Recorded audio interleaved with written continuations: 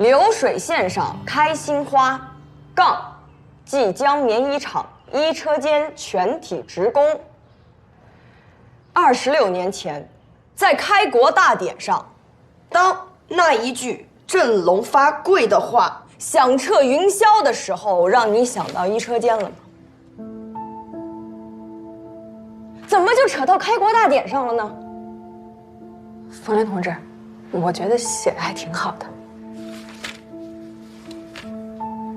汪科长，你们这宣传科的业务水平有待提高啊！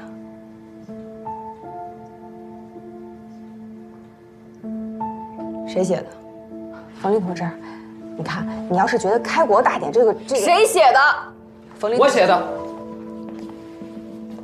冯令同志，我是想用开国大典作为引子，然后引出中国人民从此站起来了，而独立富强对于每一个人来说，就是在自己的岗位上干好本职工作。所以，衣车间超额完成生产任务和开国大典，那是个体和整体，是因和果，是紧密相连的。这都什么乱七八糟的？就事论事不行吗？东拉西扯这些有的没的，你怎么不从开天辟地开始讲啊？你这就是脱离人民群众。你看你用的这些典故啊、生僻字啊，这都是在卖弄，简直跟你妹妹的毛病一模一样。汪科长，这篇稿子我用不了，重写。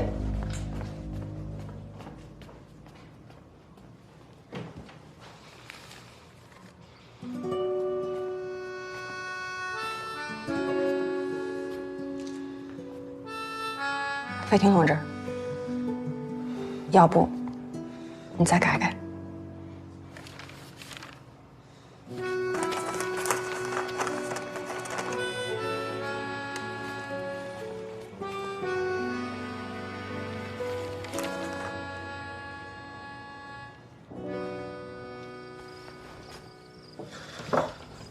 回来啦。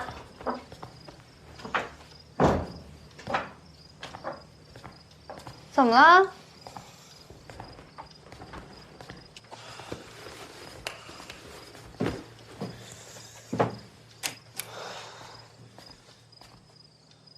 是不是工作出问题了？林妹，宣传科的工作我可能干不长。为什么呀？是费妮给你写的那篇文章不好吗？今天厂办的人说妮妮给我写的那个文章都是东拉西扯，有的没的，说什么脱离群众，所以不能用。今天在厂里改了一天，就改了几个字，还改得不好。你给我看看。你看啥呀？你又看不懂。不是说你脱离群众吗？我就是群众呀，我初中都没念完呢。要是我能看得懂，肯定大伙儿都能看得懂。你给我。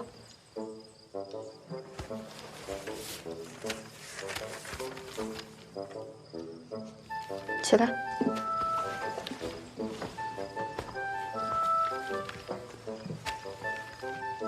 笔。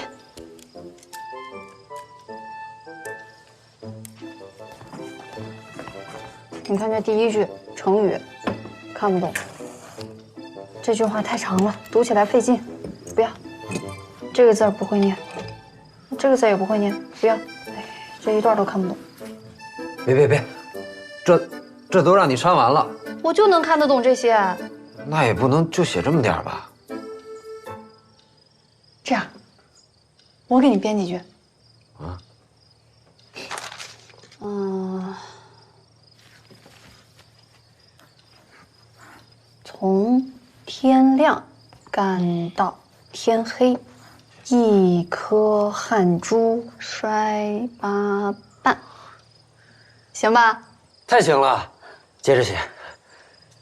他们的心里只有一个目标，就是超额完成这个月的生产任务。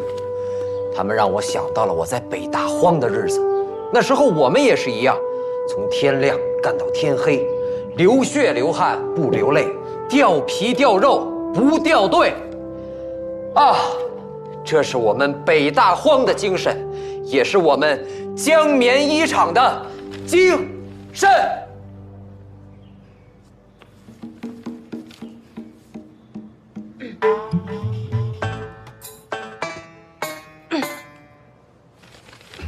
王科长啊，你们这个宣传课的业务水平有待提高啊。是啊，主任，我也是这么说的。这费婷的稿子已经改过一次了，还是不行。也不知道宣传科招人的标准是什么。新同志嘛，当然需要传帮带，但是也得自己肯学才行。这篇稿子，我个人意见啊，内容没有太空泛，更没有文学性、思想性，更谈不上什么深刻。你们好好想一想，一车间为什么能够超额完成生产任务？那肯定是因为一车间的工人们啊，他们有着强大的集体荣誉感，他们对我们新中国有着深厚的感情，是无数革命先辈流血牺牲换来的。我说到这儿，你们应该想到什么？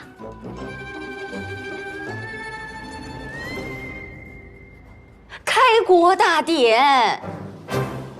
这篇文章完全可以从开国大典的盛况讲起。徐主任，我觉得您说的太好了。其实我们原本也是这么想的，但是吧，我们怕这样写呢，会让人觉得脱离了人民群众，所以改成了现在这稿。费婷，赶紧把你之前那篇稿子给徐主任看看。好，徐主任。